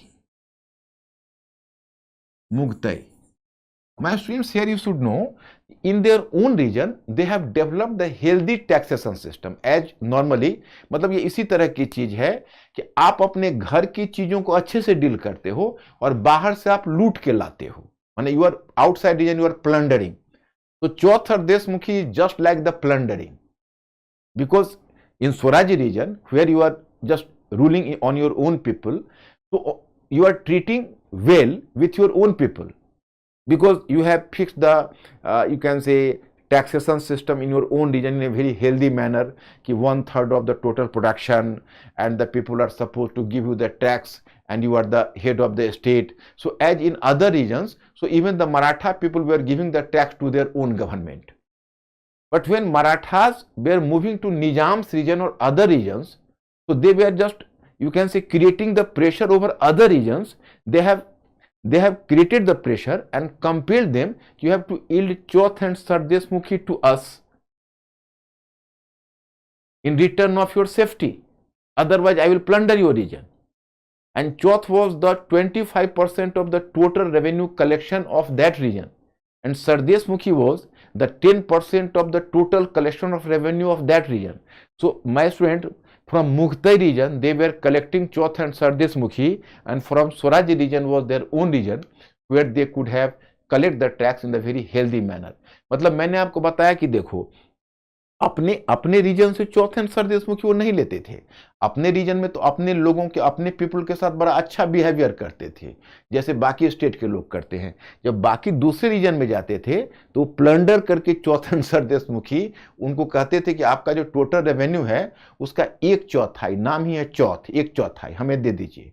और 10% आप हमको सरदेश मुखी के रूप में दीजिए। तो 35% उनका रेवेन्यू डकार जाते थे, स्वालो कर जाते थे। This was the case.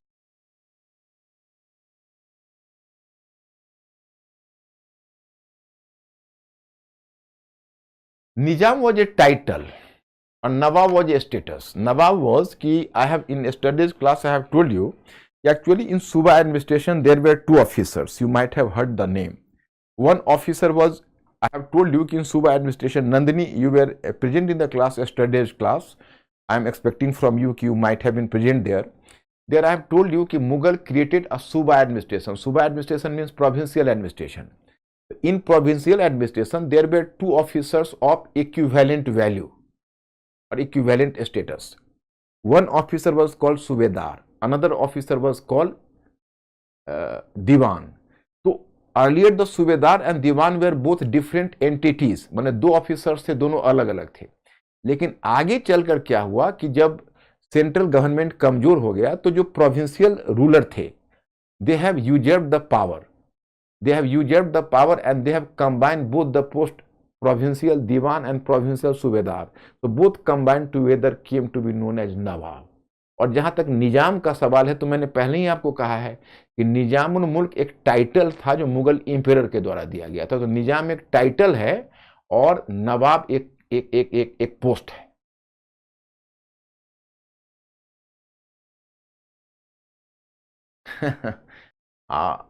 Ritesh, have patience. I will deal with a question in 2014.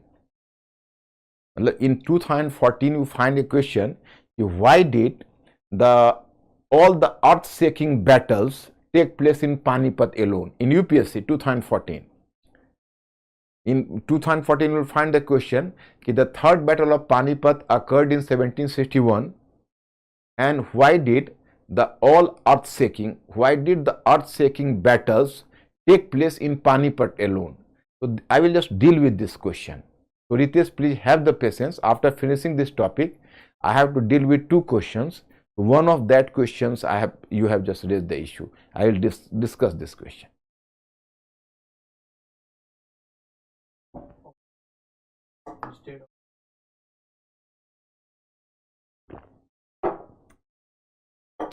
Ritesh, Sachin, actually you have raised the question.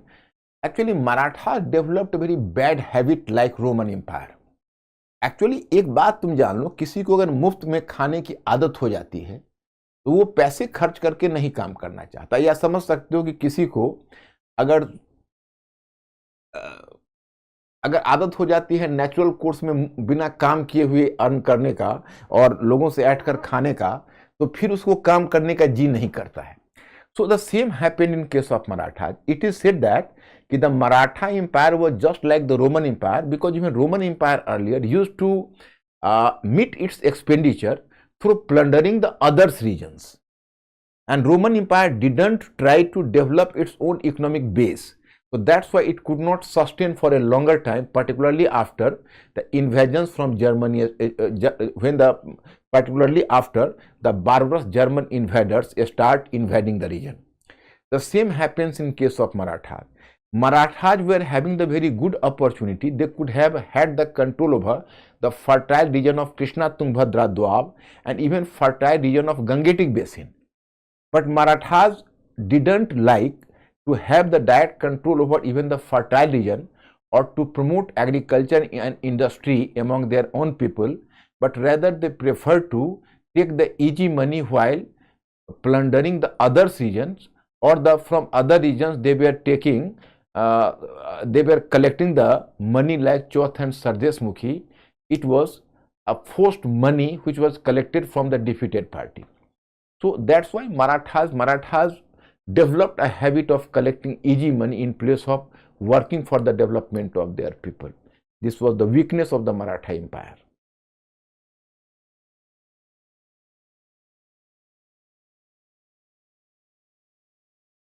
Sakshi, why have you raised this question? Anglo-Mysore war happened. I will deal with the Anglo-Mysore war later, subsequent period. Please, Sakshi, in 18th century, I have already sent you the study material in advance. Make me be clear, because it is your initial class. So in initial class 2 and 3 classes, you people will find some difficulty because you have to understand my scheme first. Firstly, I have to deal with the history of 18th century up to the Battle of Buxar and the Diwani of Bengal. Then I have to start the topic like colonialism, and it was in the topic of colonialism there is the first stage. What is the first stage? The first stage is the mercantile phase. There I will deal with first of all the first Anglo-Mysore War, then you can say the second Anglo-Mysore War, the first Anglo-Maratha War, the second Anglo-Maratha War, and then we'll reach up to 1813, and then once again 1813 onwards in the next one phase. So Sakshi, you have to wait for the next one class. Whenever I will deal with the topic mercantile phase of colonialism, there I will deal with Anglo-Mysore War. Please here remain confined up to the first half of 18th century presently, and then the second half of 18th century. Maratha Confederacy means a group of Maratha nobles.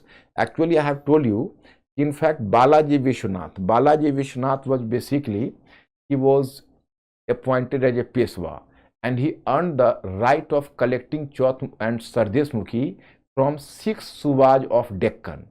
From Deccani states, he earned the right of collection of Chauth and Sardesh Mukhi from the Mughal Empire.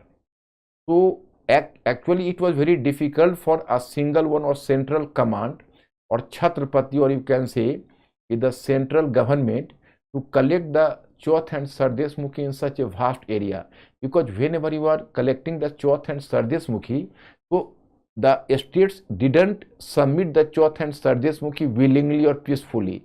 Rather, they need some sort of military pressure, and it was not possible for the central command to create all-round pressure alone.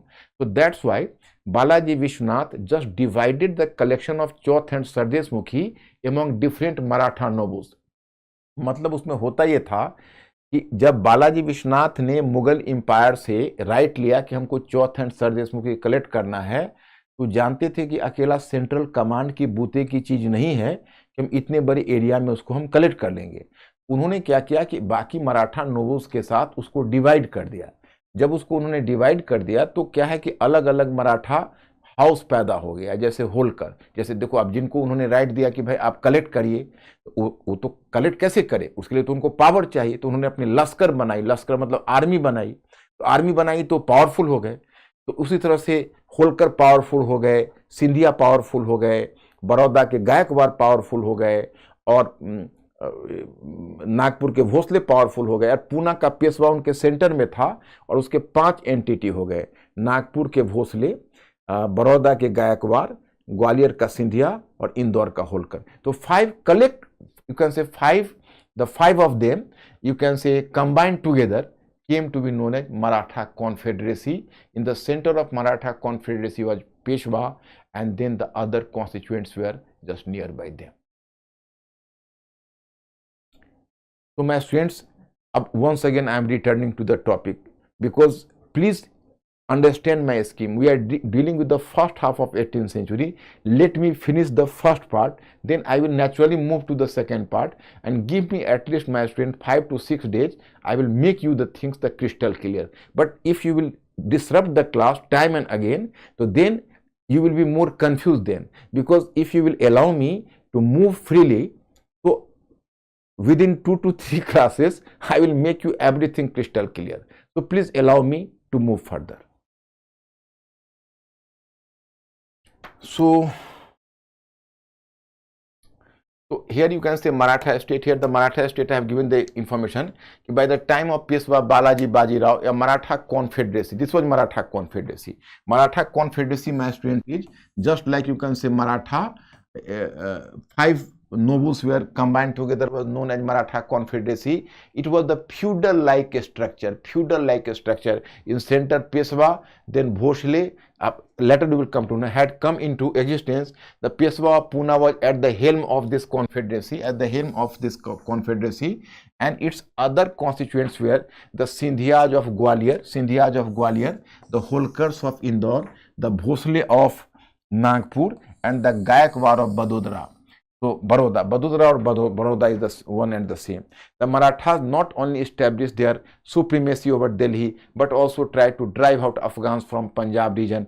However, after their defeat in the Third Battle of Panipat, the Marathas returned to the south. So that is the clear.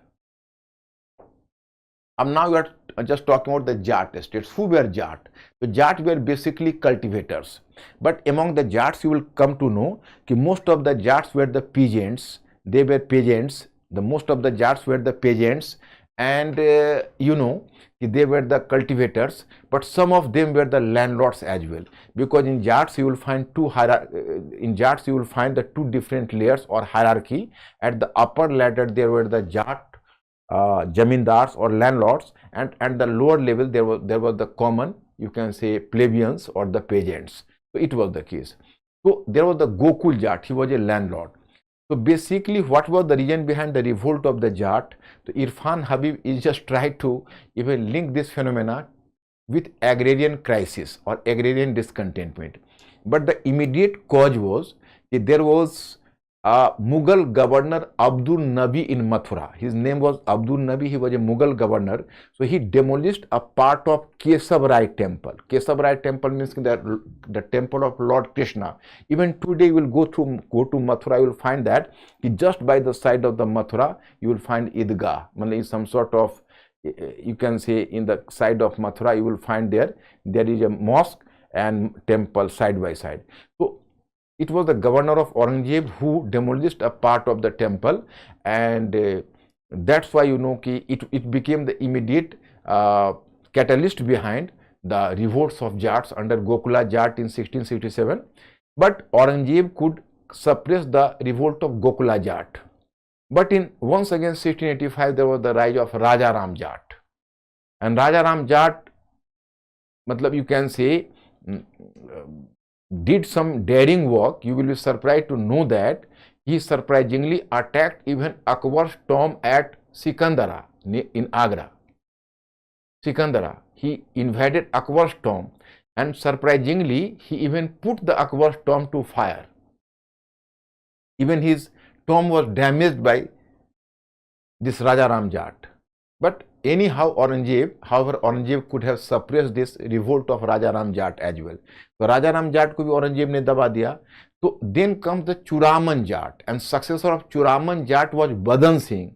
So it was Churaman Jat and Badan Singh who could have established under the 1685 and made the same fate. Later Jat state was established under the leadership of Churaman Jat and Badan Singh. It was Churaman Jat and Badan Singh who could have created a separate Jat state, independent Jat state after revolt, you can say.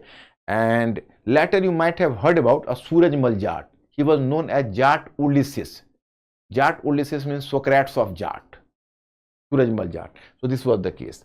And then I am talking about the Afghans, the Rohilla Afghans. The Rohilla state was established in the north of Abad. Here I am giving the information. This was just 1 minute.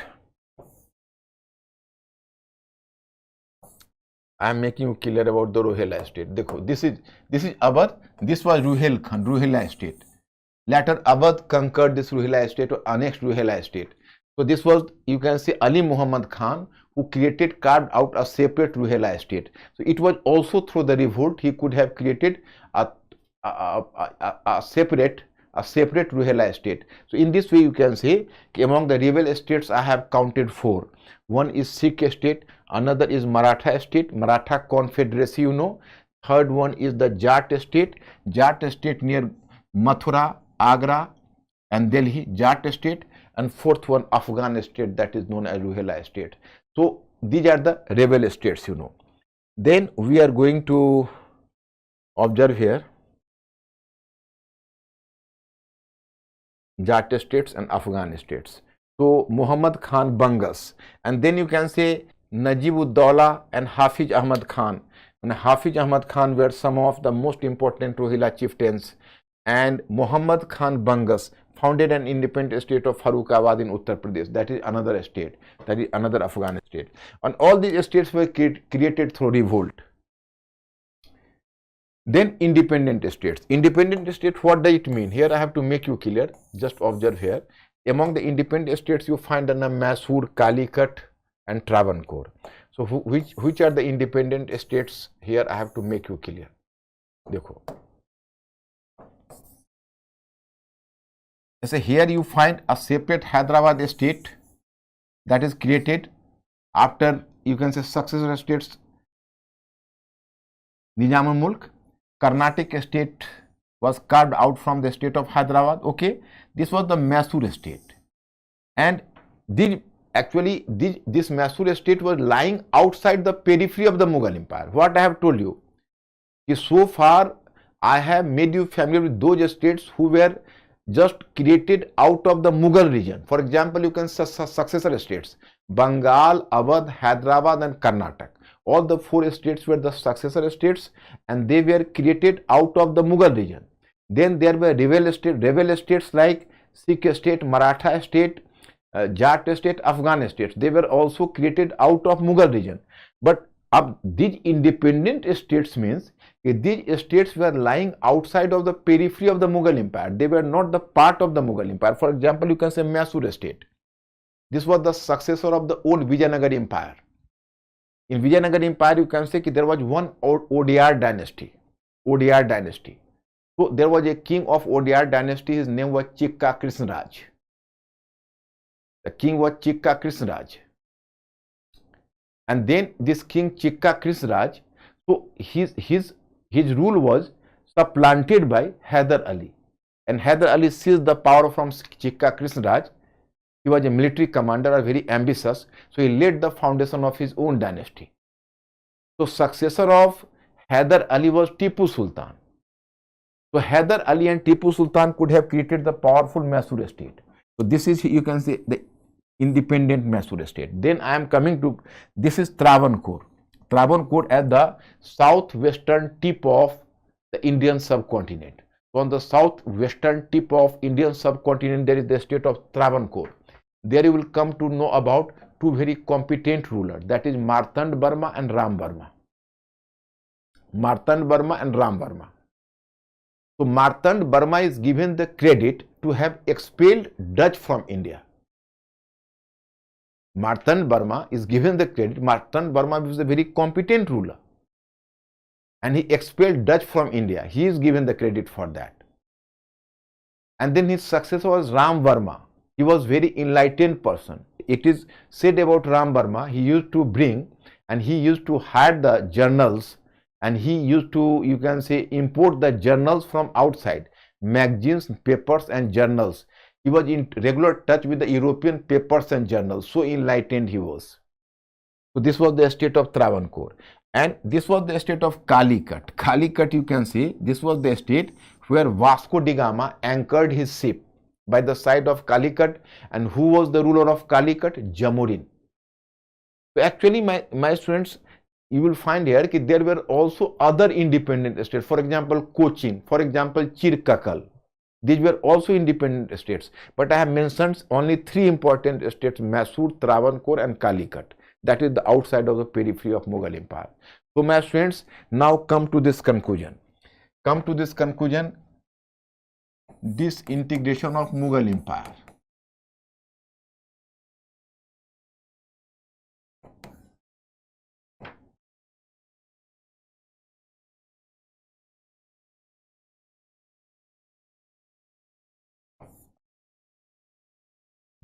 Disintegration of Mughal Empire. Okay.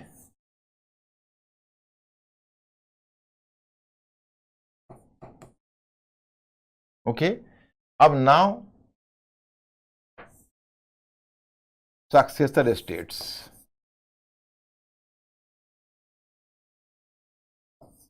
मतलब Mughal empire का disintegration हुआ और उसके बाद successor states कौन है? My students, English वाले आप लोग दिक्कत तो नहीं महसूस कर रहे हो? डू अंडरस्टैंड दिस पॉइंट और नॉट? क्योंकि मैं इसेंशियली, देखो, कुछ तो इंग्लिश आपको चाहिए होगा राइटिंग में भी, आप तो जानते ही हो, तो कुछ एक वोकैबुलरी के लिए, कुछ चीज़ों के लिए आप हमारे साथ कम्युनिकेट करो, कोई प्रॉब्लम नहीं होगा। और जो भी इसेंशियल चीज़ें होगा मैं हिंदी में बोल दूंगा।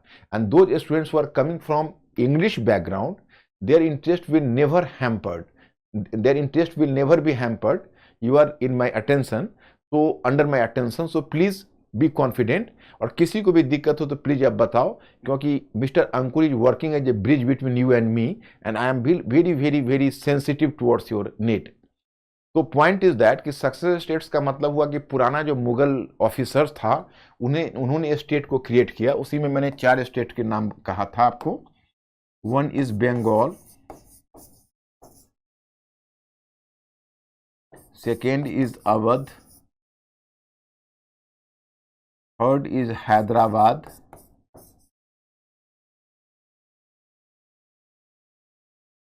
और fourth is Karnataka.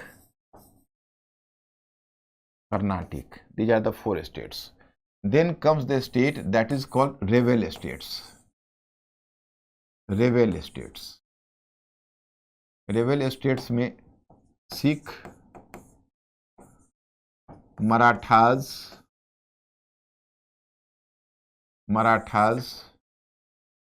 then Jats, Afghans.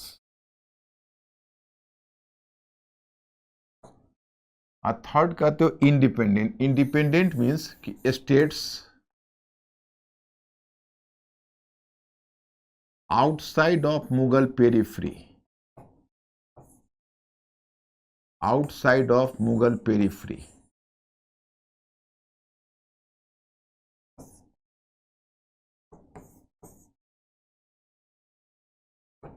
Mughal periphery, which were these states, that is called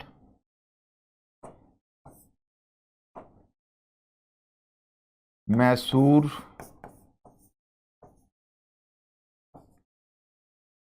Travancore, next Calicut. So these are the 3 states, my students. अब now these are the total how many states I have dealt with, 4, 4, 8 or 3, 11. Total 11 states I have dealt with. Here I have simply given to you the information that there was the demise of Mughal Empire, the mighty Mughal Empire, and at its graveyard there was the creation of a large number of states. Some of the states were the successor states, some of the states were the some of the states were the successor states, some were the rebel states, and some states were lying outside the periphery of the Mughal Empire. तो मतलब कुछ states है जो पुराने जो Mughal officers हैं उन्होंने create किए हैं, कुछ स्टेट्स हैं जो विद्रोह करके जो रिवोल्ट करके बने हैं, और कुछ स्टेट्स ऐसे हैं जो मुगल एम्पायर के पेरिफ्री से, मुगल एम्पायर की परिधि से, मुगल एम्पायर के रीजन से बाहर क्रिएट हुए हैं। तो यही मैंने बताया है अब तक। अब my students you have to cooperate with me, क्योंकि हमें एक डिबेट डिस्कस करना है। डिबेट यह है कि इसको हम डिक्लाइन माने, क्या हम इसको डार्क एज माने, या हम इसे एज विथ न्यू पोटेंशियलिटीज माने। मतलब चूंकि जो हमारा जो ट्रेडिशनल हिस्टोग्राफी है, जो ट्रेडिशनल हमारे हिस्टोरियंस हैं वो कहते हैं कि सब कुछ लूट गया, बर्बाद हो गया, मुगल एम्पायर डिस्ट्रॉय हो गए, और उनके ग्रेवयार्ड्स पर जो स्टेट्स आए वो कहीं ना कहीं डिक्लाइन को दिखलाते हैं। तो they are shedding their tears on the, you can say, demise of the Mughal Empire. They are shedding on the tears on the demise of Mughal Empire. वो मुगल एम्पायर के डिमाइस पर अपने आंसू बहाते हैं। But a large number of but some other scholars have come with a fresh ideas, and according to them कि no, even the successor states were the competent enough to give the better government. Not, you can say, this government was, and you can say the better government, it was not, you can say, it was not inferior to the Mughal Empire or the governance created or the government of the Mughal Empire, and it is equally true that these states could have patronized art and literature in their own respective regions. They could have given the better government. This is the truth. And they also believe that कि why you are mourning over, मतलब आप क्यों शोक मना रहे हैं Mughal empire को मरने का, आप खुशियां क्यों नहीं मना रहे हैं कि हिंदुस्तान में समृद्धि आ रही है, प्रॉस्पेरिटी आ रही है।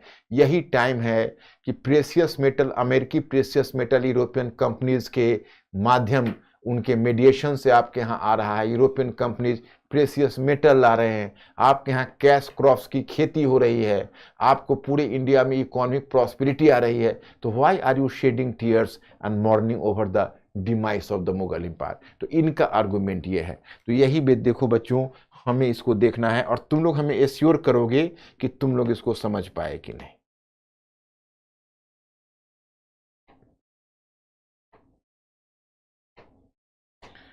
अब here my students, I have dealt with this topic, you have to pay attention to it, and even you people are just owning this study material. The controversy regarding the 18th century. What is the controversy regarding the 18th century? The basis of portraying this era as the dark age. Actually, some of the scholars have just characterized it as the dark age. Point first, this period, first half of 18th century, is marked by the political disintegration. And the political disintegration, this is the sign of dark age. Point two, it was also considered as the period of economic decay and decline. But recent studies present a different view in the context of 18th century. According to this view, instead of calling this period as a period of decay and disintegration, it should be seen as a period of new possibilities and opportunities. या new possibilities के साथ साथ आप new potentialities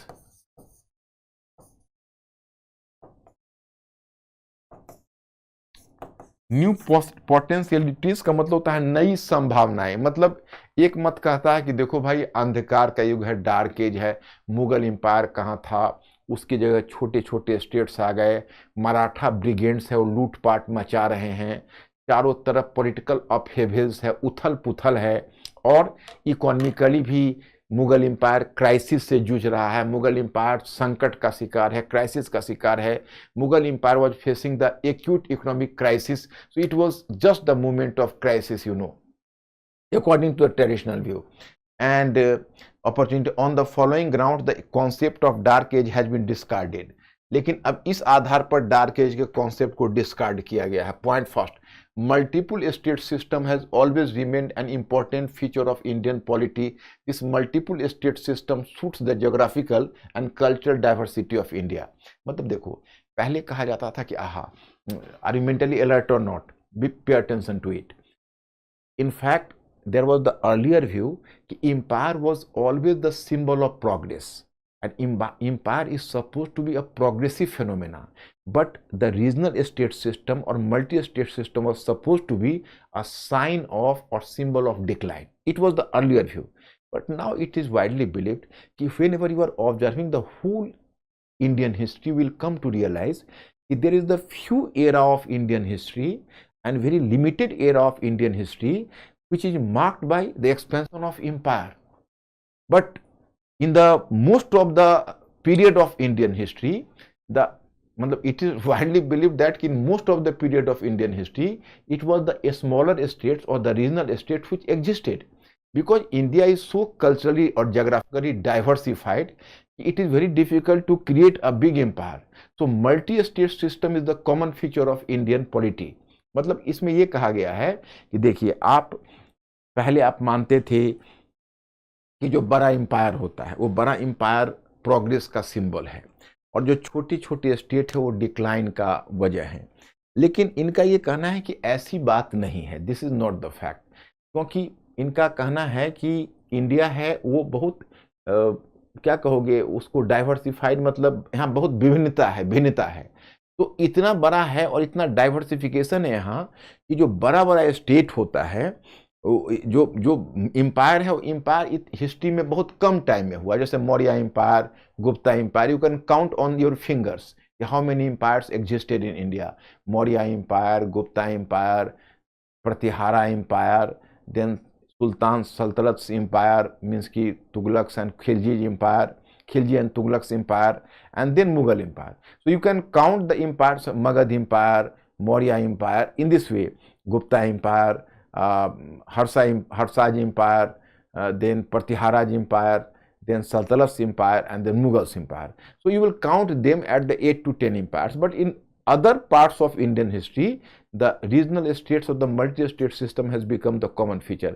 तो पहली बात तो अपने दिमाग से आप फितूर ये निकाल दीजिए कि एम्पायर है वो प्रोग्रेस का सिंबल है और छोटा स्टेट डिक्लाइन का सिंबल है, ये इनका कहना है। दूसरा, Even though the Mughal Empire was on the verge of decline, but the successor states as well as some other states established competent administration in their respective territories.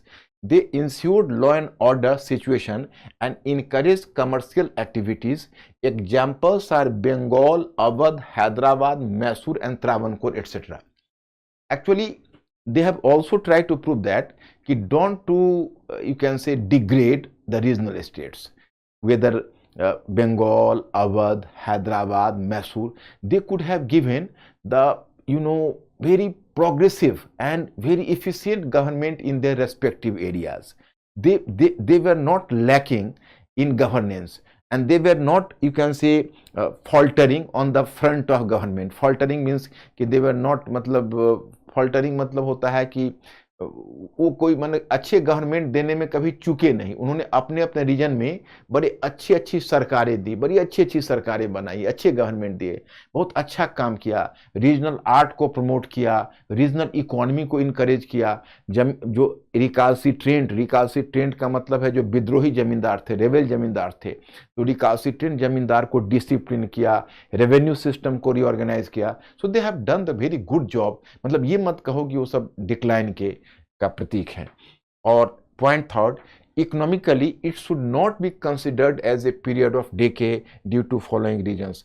अब economically इसको कम से कम आप डिक्लाइन तो मत मानिए, क्योंकि there was increase in trade due to involvement of the European companies. During this period, huge amount of bullion. Bullion means, what is bullion? Precious metal is bullion. Now suppose you can say gold and silver. If you are using gold and silver as jewelry, so that is with cosmetic purpose, jewelry. But if you are preserving gold and silver as your wealth, then that is bullion. So precious metal is characterized as bullion. Company during this period, huge amount of bullion in form of gold and silver was flowed to India. मतलब there is the sign by why you are taking this period as the period of decay. Maybe कि Mughal Empire might have faced the moment of economic crisis. This is the basic problem of the Mughal Empire. Mughal Empire might have faced the economic crisis, but this is not the true of India as a whole. India was, at that time, India was manifesting the movement of economic prosperity, because this is the period European companies were just pumping gold and silver in India as the result of the trade, because they were exporting Indian products to Europe and gold and silver was being pumped into India. So how can you say this is the period of the economic decline?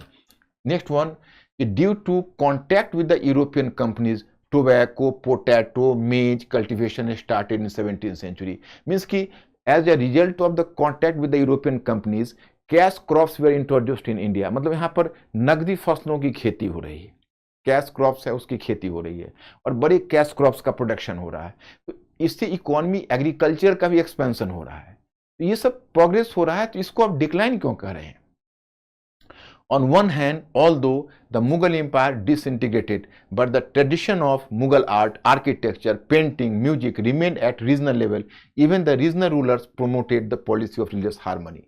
जैसे देखिए, Mughal empire नहीं रहा, Mughal empire का disintegration हुआ, लेकिन जो Mughal art and culture है, जैसे मुगल में तुम देखोगे मुगल के बहुत सारे हैं आर्किटेक्चर है, Mughal architecture, Mughal music, dhrupad music, khayal music, Mughal dhrupad, khayal, ghazal, ये सब रीजनल स्केल पर रीजनल जो स्टेट्स हैं वो पैट्रोनाइज कर रहे हैं। Then you can say paintings, Mughal paintings that was being patronised at the regional level, Mughal music, Mughal paintings, Mughal art. So regional states were patronizing them. So even after the disintegration of Mughal Empire, Mughal art and literature was expanding at the regional level. Urdu became the Juban of Delhi, Juban of Hindustan. मतलब Urdu became a popular language in India as a whole. It was representing the complete culture. तो Mughal Empire के decline के बाद भी Mughal culture vanish नहीं किया, वो regional scale पर expand कर रहा है।